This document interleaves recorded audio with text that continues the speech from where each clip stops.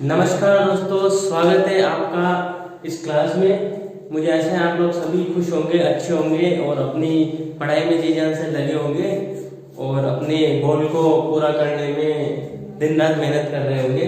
तो इसी के साथ मैंने सोचा नंबर सिस्टम की कड़ी में थोड़ी कड़ी को आगे बढ़ाया जाए, कड़ी में और कड़ी जोड़ दिया जाए। तो नंबर सिस्टम की इस क्लास में आगे अपन और कुछ चीज़ें देखते हैं। जैसे कि मैंने परी में जातीय मान, स्थानीय मान ये तो बता ही दिया था। तब आगे चलते हैं अपन। परिमेय के दो प्रकार होते हैं, जैसा कि मैंने बताया, पूर्णांक और भिन्न। तो पूर्णांक की बात करते हैं, भिन्न अपन ने पढ़ा ही दिया।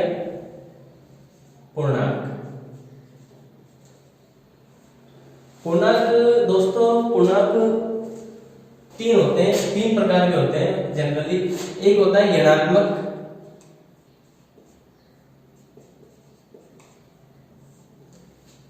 एक होता है धनात्मक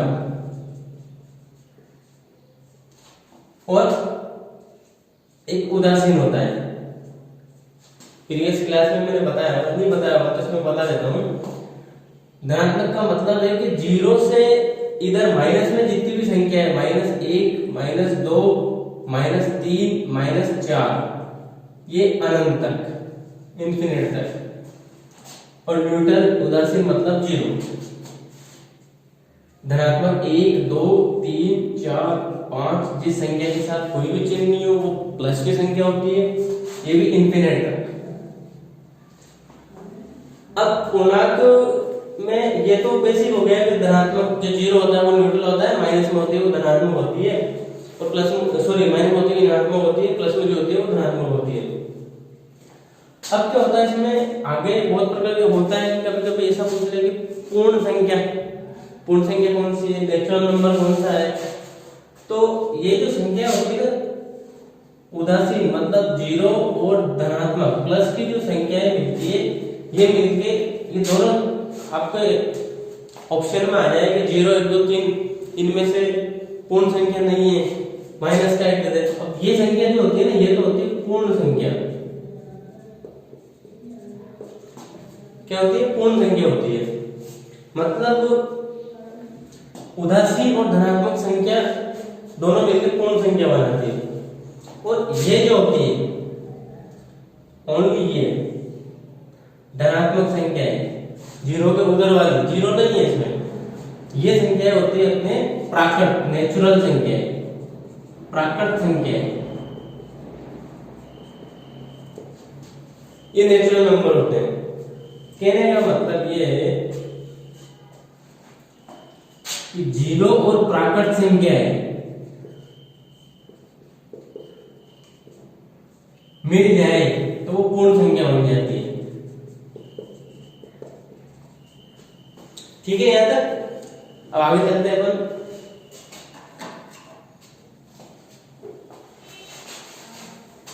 अब प्राकृत संख्या की बात करते हैं अपन। प्राकृत संख्या में भी आगे डिवाइडेशन होते हैं, भाग होते हैं। प्राकृत संख्याएं, इसमें क्या क्या भाग होते हैं? इसमें भी ये दो प्रकार की होती है।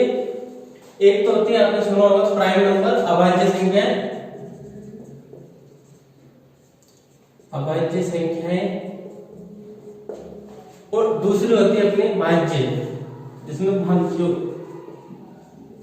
जाता हो, इसमें भाज्य संख्या है। अब बात आती है कि अभाज्य संख्या क्या होती है, प्राइम नंबर क्या होती है। प्राइम नंबर वो संख्या होती है जिस संख्या में या तो एक का भाग जाता हो या खुद का भाग जाता हो। कहने का मतलब इसके दो ही गुणनखंड होते हैं। कैसे? जैसे 2, 3, 5, 7, 11, 13 ये प्राइम नंबर है। This is a prime number, prime numbers. अब कंपोजिट नंबर क्या होते हैं, भाज्य संख्या क्या होती है? ये होती है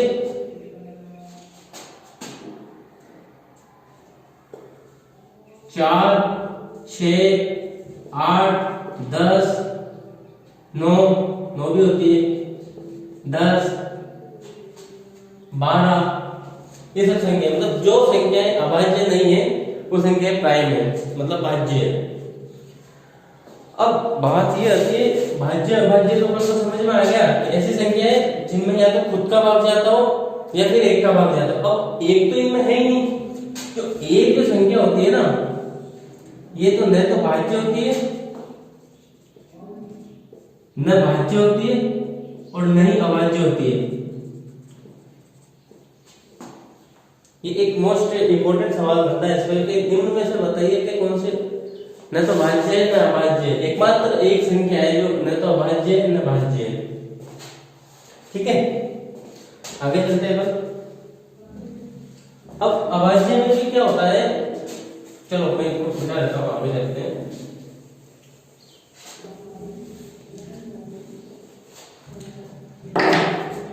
अब अभाज्य संख्या में क्या है, अभाज्य संख्या में भी अभाज्य संख्या ये प्राइम नंबर, ठीक है। अब अभाज्य संख्या में दो जो होती है ना, एकमात्र ऐसी अभाज्य संख्या होती है जो सम होती है, वो सबसे छोटी अभाज्य संख्या है। दो एकमात्र सम अभाज्य संख्या, एकमात्र सम अभाज्य संख्या होती है और सबसे छोटी अभाज्य संख्या, सबसे छोटी भी यही होती है और एकमात्र भी यही होती है। ठीक है, ये पॉइंट आप एक बार नोट कर लीजिएगा। अब आगे चलते हैं। आगे क्या है कि इसमें भी अभाज्य संख्या में जो अपन ने शुरुआत की 2 के बाद में 3, 5, 7 है ना,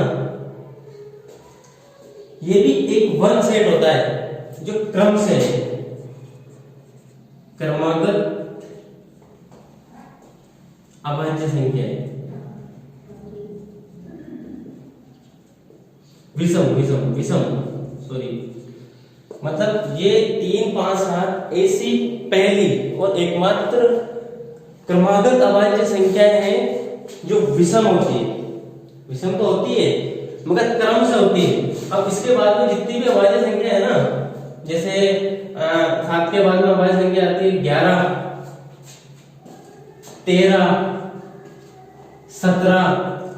अब 13 के बाद में 15 भी आता है वैसे विषम संख्या, तो मगर वो क्रम से नहीं है ना, 15 के बाद 17 आ गया। इसलिए ये 3, 5, 7 क्रम से एकमात्र सेट है अभाज्य संख्या होगा। ठीक है, और एक दो पॉइंट बताता हूं आपको इसमें। अब जो ये अभाज्य संख्या होती है ना, इनका एक फॉर्मेट होता है। फॉर्मेट ये होता है 6n + -1।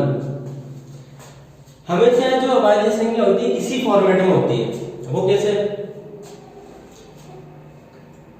वो जैसे मान लो अपन एक लेके देखते हैं, सपोज एक ले लेते हैं, n की जगह मान लो 1 लिया अपन ने, ये तो 6 बन गया, 6 + 1 7 है अभाज्य संख्या। अब मान लो इसमें से माइनस कर लो, कोई नहीं, प्लस माइनस है 5 है अभाज्य संख्या। तो ये इस फॉर्मेट में होती है अभाज्य संख्या 6n + -1। एक और एक पॉइंट बता देता हूं मैं अभाज्य संख्या के बारे में आपको।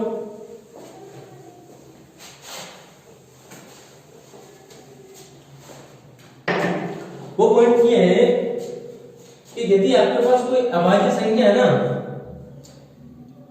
बड़ी 3 से बड़ी जो भी अभाज्य संख्या है, उसमें से यदि उसमें आप यदि 1 घटा दोगे तो 12 से डिवाइड होती है। कैसे, जैसे मान लो p अपन को अभाज्य संख्या मानते हैं 3 से बड़ी, उसको उसके स्क्वायर को अपन इससे घटा देते हैं तो 12 से मल्टीपल होती है। कैसे, अब मान लो p को मानता है अपन कोई भी अभाज्य संख्या मान लो, जैसे 7 मान लो, 7 मान लो, चलो ठीक है, p = 7 मान लो, तो 7 7 क्या 49 -1 कितना हो गया 48। 12 के बाद में 48 आता है। अब 11 लेते हैं, 11 11 जा 120 में से एक गया तो सॉरी हाँ 11 11 जा 121 होता है, एक गया तो 120, 12 से डिवाइडेशन है। तो इसी प्रकार ये इस फॉर्मेट में होती है। अपन आगे और नंबर सिस्टम में आगे और बताऊंगा मैं आपको। तो जब तक आप खुश रहिए, बरकरार रहिए, हंसते रहिए, अपने माता पिता की सेवा करते रहिए और जीवन में कुछ नया करते रहिए। Thank you so much, bye bye.